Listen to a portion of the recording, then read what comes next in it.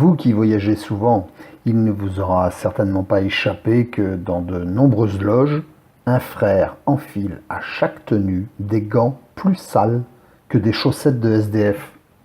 À ce propos, j'ai récemment appris qu'en japonais, karaté veut dire kara, vide, et te, main, donc main vide.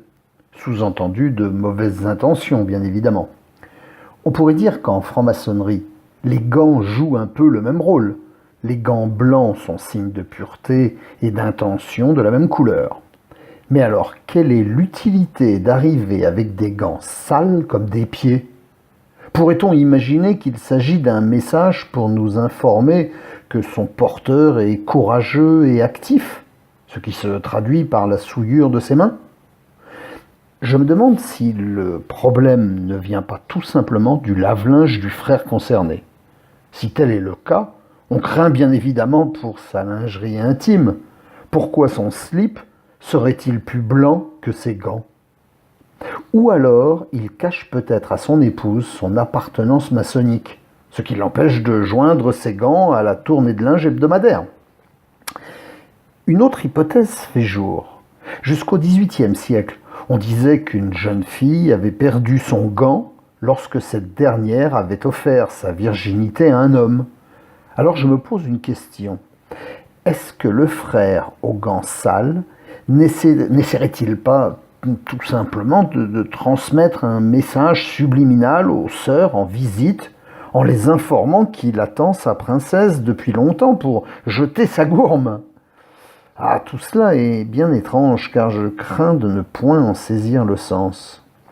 La Fontaine disait à ce propos « Mainte fille a perdu ses gants et femme au retour s'est trouvée, qui ne sait la plupart du temps comme la chose est arrivée. » Cela pourrait m'amener à poursuivre et à rajouter. Un frère aux gants noirs sur sa colonne espérait qu'une sœur vierge en visite le remarquerait. Tenue après tenue, les gants se salissaient, faisant de la sorte que les sœurs s'enfuyaient. Car avouez quand même qu'on vient en loge pour tailler sa pierre, mais pas forcément pour tailler la bavette, surtout avec un cochon aux mains sales.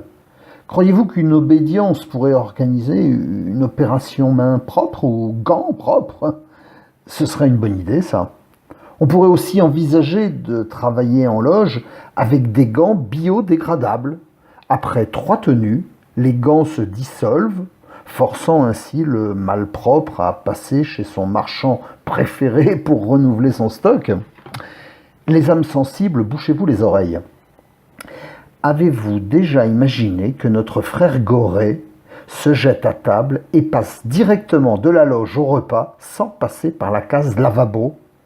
Déjà que la chaîne d'union avait été un nid microbien pour contaminer toute la loge, la guêpe devient alors un fest-noz pour bactéries affamées. Lorsqu'on va à la piscine, on passe tous par le bac pédiluve pour des raisons d'hygiène. Je me demande s'il ne faudrait pas imposer la douche avant et après les tenues pour certains frères.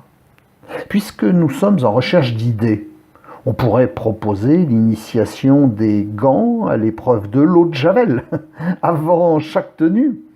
Mais j'ai peur que l'intéressé se doute de quelque chose. Pour les cinéphiles avertis, tout le monde se souvient de la mythique scène du film Intouchable avec Omar Sy. Pas de bras, pas de chocolat. On pourrait peut-être l'adapter à la loge. Pas de gants propres, pas de tenue. Voilà. Allez, bonne soirée, à bientôt.